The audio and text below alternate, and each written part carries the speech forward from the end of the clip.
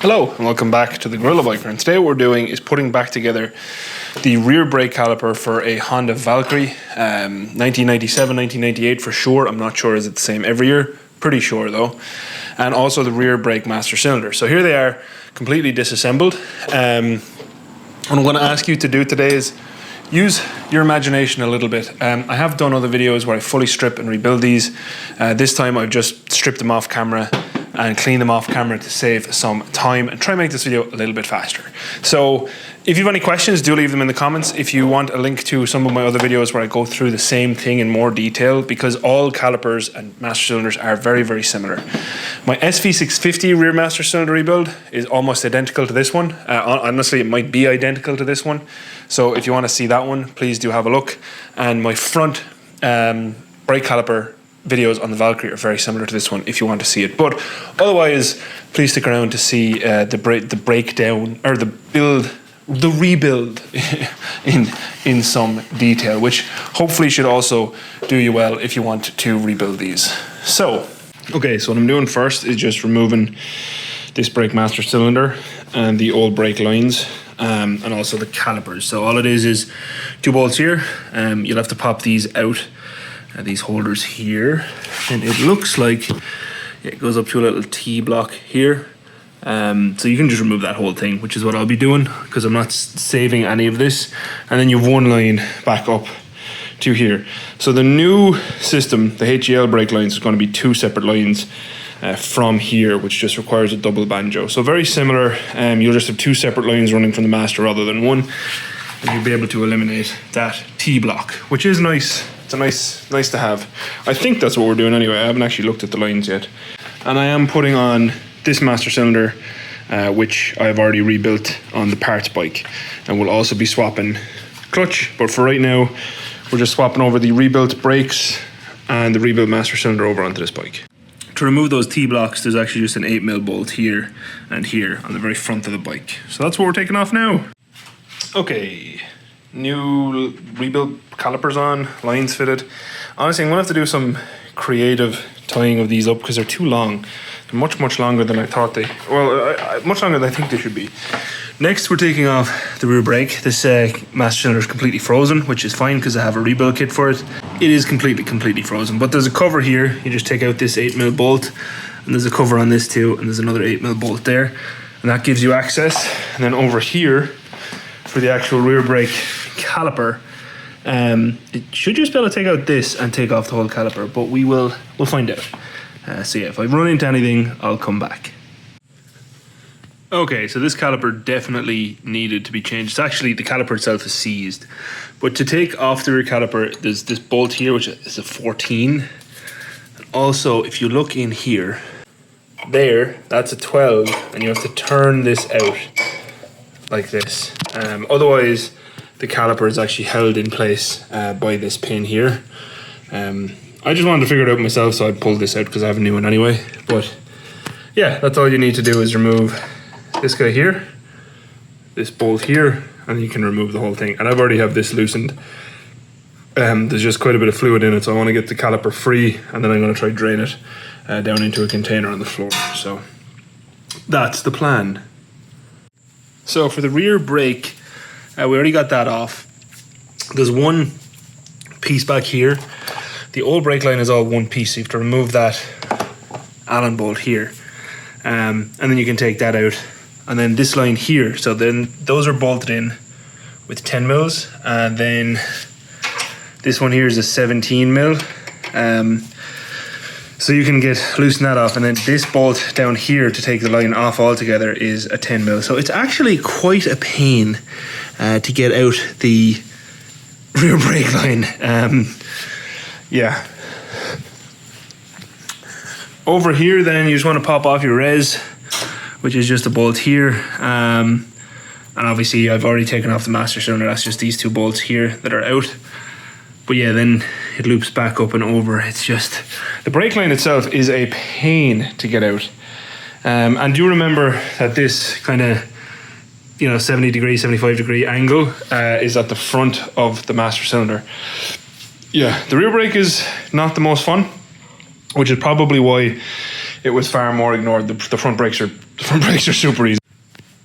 One thing to note, I don't really like this, but you can't get that pin back in there without taking out the rear pad. So you will have to, I would say, just put this back on and then put on the pads. Probably easier than removing them again afterwards, but such is life.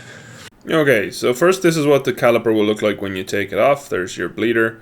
That's your pin for your pads. Those are your pads there. And then you have your two pistons underneath the pads. That little spring clip will also have to come out. That's literally the entirety of the caliper. Once it's split, those are your fluid seals and your dust seals, pistons. You can see these ones aren't too bad and they were very easy to recover. Actually, they weren't pitted or scratched at all, which is nice. So just a good cleaning had them good to go. This is a new seal scraper, so it scrapes out the seal grooves. It's from Brake Crafters and I really liked it. It definitely saved me a lot of time. I didn't have to break out the Dremel. But that's really all you have to do is pop out the pistons and take out the seals. And yeah, forgot to mention also the actual bleeder. Take that out too before you clean everything. And then it's good to go. First I want to put together the caliper. And I did get these really nice tools from Brake Crafters. And everything I'm using today is from Brake Crafters. But these are for cleaning out your seal grooves. And they're actually really good. So they're seal groove cleaner tools. And it's just saved a lot of time, because usually I'd go at these with a Dremel. But this is just to check, basically, are you clear the whole way around, which I am. And then they also do the fluid seal slot cleaner, which again, you can just run it the whole way around and scrape it off. And then what I'll do is I'll blow this out with air before we start putting it back together, just in case I've knocked anything extra loose. But this has already went through the ultrasonic bath and whatnot, so it is pretty clean. But yeah, whoops. I really recommend these seal scraper tools. They're very handy, and I think they were like $15, and I'll use them pretty much forever. So yeah, I like those. Okay, so I can't remember the kit number for the rear brake rebuild kit because I already threw it out. But what I will say is, if you just go on Brake Crafters website and search by the bike, it is on there. Usually I would wear gloves for this part, but I don't think I can get them back on. My hands are kind of swollen after cleaning everything in gloves.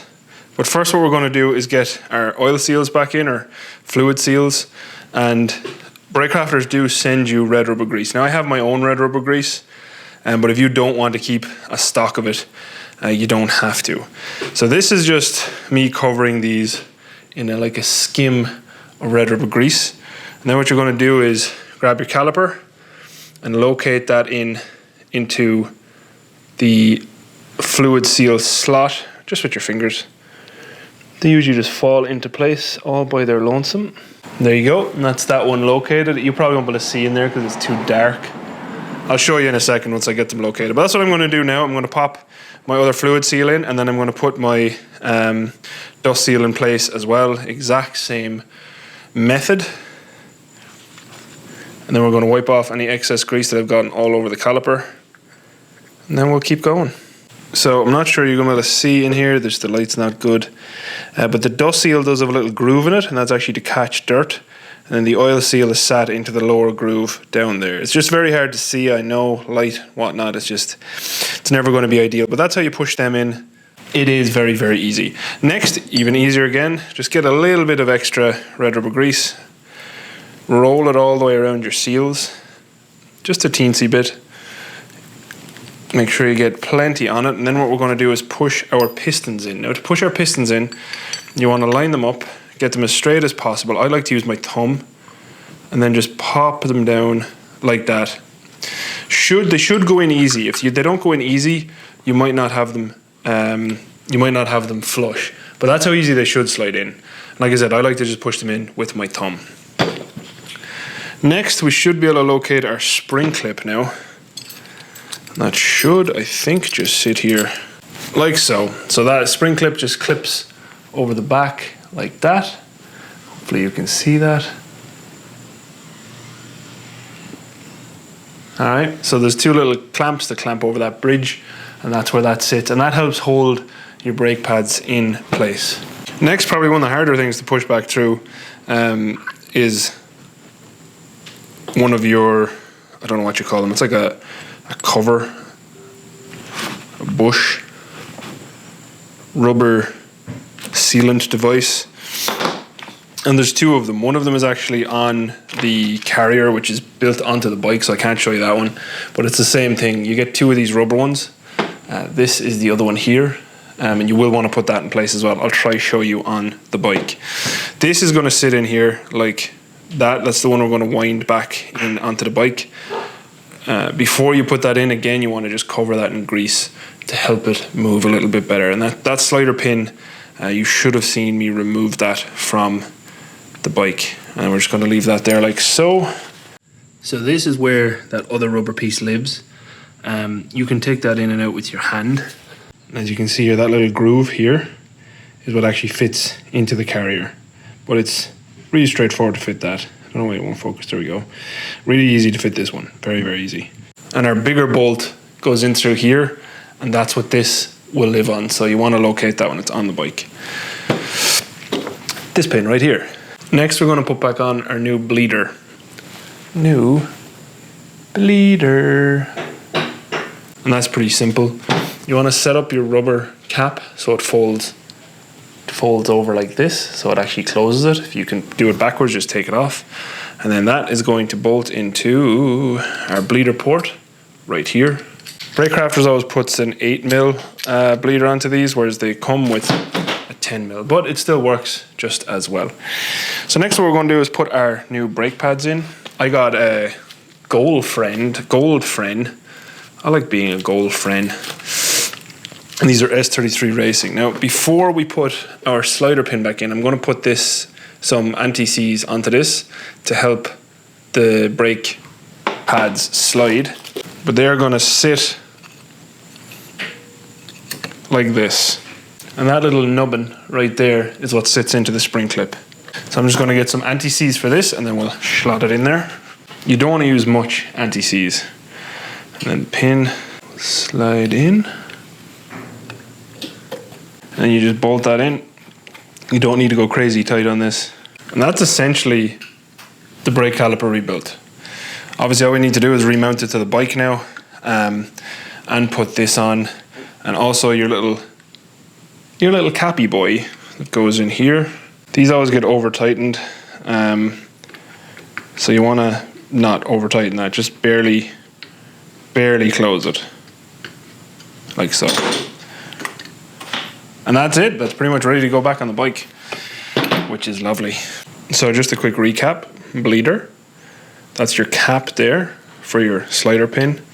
Brake pads. There's another slider pin or guide pin. That's where the big one's going to go in when it's on the bike. There's our pistons. Our seals are in there. And there's our pads. And before this came out of the bike, it was super seized. But it just goes to show you that almost all this stuff is pretty much repairable, which is nice. Next up is the brake master cylinder.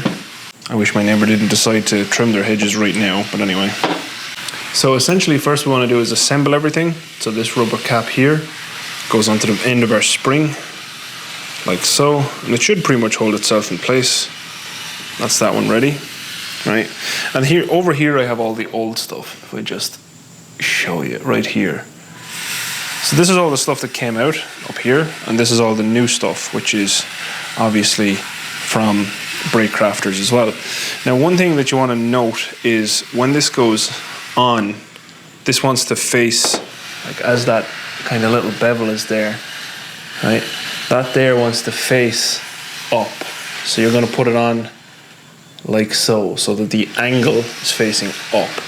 And that's just to try stop fluid getting past it, right? It'll work with you. So this is the hardest piece to actually get on, so that's what we're going to do now. Okay, so I couldn't show you all that, apologies, but what I did there is I just stretched it with my two thumbs. Now you can see how this goes together. So this kind of cup on the slider or on your actuator will sits into your piston, and that pushes. This piece sits against your spring, and that's how that goes together. So it's all pretty much just fun assembly, quite easy. You don't want to lube everything up with red rubber grease again, that's why they give it to you, just so that until you get brake fluid in there, you have some kind of defense against things kind of seizing up. Basically you go spring, cap, I'll show you, let me take this out real quick. So essentially you're going to have the spring going first with the cap on it. Then you're going to have this go in with the flat side in onto that cap. And then the seal. And that's how that's going to live. Next is the only kind of semi-tricky bit.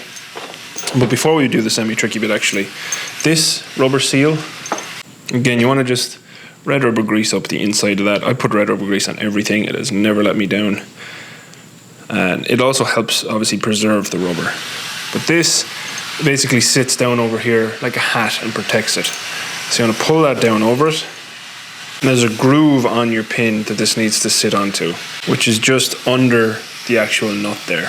So that's where that lives. Like that. Now, you want to pull that back up for now, just to get it out of the way, because we're going to, actually I'll put it on afterwards. When we push this down, we need to put on our new snap ring. Now be careful with snap rings. You're going to want to wear safety glasses, because snap rings, if they go wrong, can go really wrong.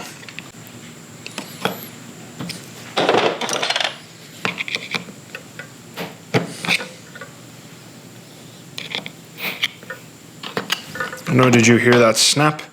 But that was the snap ring snapping into place. And again, just be careful with snap rings. They are actually quite dangerous. And you could lose an eye, etc., which I would not like to happen to anyone. Then you just need to put your top hat back on. Before I put it back on, I'm just going to kind of pack it with a little bit of grease. All right, and then you want to check your actuation. And that looks good. Next, what I didn't show you earlier is I marked here with a black marker before I took off this nut, because this needs to go back on. And why it needs to go back on is because this is basically how we connect it up to the bike. So that's essentially going to live there until we get it back onto the bike, and it will live like that forevermore. And then that is what, when you push your foot, it moves this, builds hydraulic pressure through here, forces it out here, which moves through your brake line and makes your pistons squeeze in. And that's it. It's pretty straightforward. Excuse me, pretty straightforward. So that is that. As you can see, rear brake is back on, brake line is gone, everything over here is hooked back up, everything up here is hooked back up, and everything has been bled. You'll see in an upcoming video on the clutch slave cylinder that I reverse bled everything with another kit from Brake Crafters, which again was very good value, and I do highly recommend using Brake Crafters. But that's it. Rear brakes rebuilt and done. That was all done pretty quickly on a Saturday, and the front brakes are back on. It is a different day that I'm finishing this piece of the video because I actually forgot to make it. But yeah, I don't know, can you tell? But we're very, very, very close. We actually would have had this bike already started, except this petcock, which is currently still in the tank. If you've watched all the videos till now, you'll know that I didn't open up this plate on the good petcock because you can't. And there's also no gaskets available for it. And that leaked profusely, which was very frustrating. But that's what we're waiting for, is a petcock. I've actually ordered 2 new petcocks. One is a Pingle, which is a non-vacuum assisted, and also a really cheap knockoff CBR one, so that we can test before the Pingle gets here. The Pingle will be the future of the bike, and I also do have my filter and stuff fitted. So yeah, we're making progress. We're nearly there, and I need to clean up this absolute mess now because I didn't put everything away since I was last working. But yeah, that's it. We're close. We're so close. I can't wait to try this thing. So if you have watched, thank you very much for watching. As always, a very special thank you to all of my patrons. Hopefully someone found this video interesting. I've done more in-depth details on pulling a brake fully apart, pulling clutch master cylinder, brake master cylinder. Videos are on this channel for this bike, but they're all very similar. So it's not just this bike. Brake master cylinders like this are extremely similar, same as the rear brake master cylinder, etc. So if you're looking to get that in detail, you absolutely can. I'll try to remember to leave links in the pinned comment, or you can just search under the Valkyrie playlist and everything should be in there. But yeah, hopefully this one was useful. We did quite a bit, brakes, all the brakes are done, which is nice. It's really honestly nearly ready to roll, but that's it. If you have any questions, please leave them in the comments, and until next time, thanks again for watching. Adios. Outro crew. I'm trying to devise a system. I don't want to put it in the main video in case I don't do it. But I'm trying to devise a system that, because I'm going non-vacuum shut-off petcock, because that petcock is verifiably worse, even if you buy the OEM one, which is also more expensive. The Pingle is a really nice system. But I want to do like a relay shut-off that's connected to the ignition. So that's something. Would you like to see that, outro crew? Would you like to see like some form of fuel solenoid relay that's on the ignition? So instead of having a vacuum operated, I have like a electronically operated. Is that more reliable? Who knows? But it'd be interesting. Let me know. Would you like to see that, outro crew? Bye, outro crew.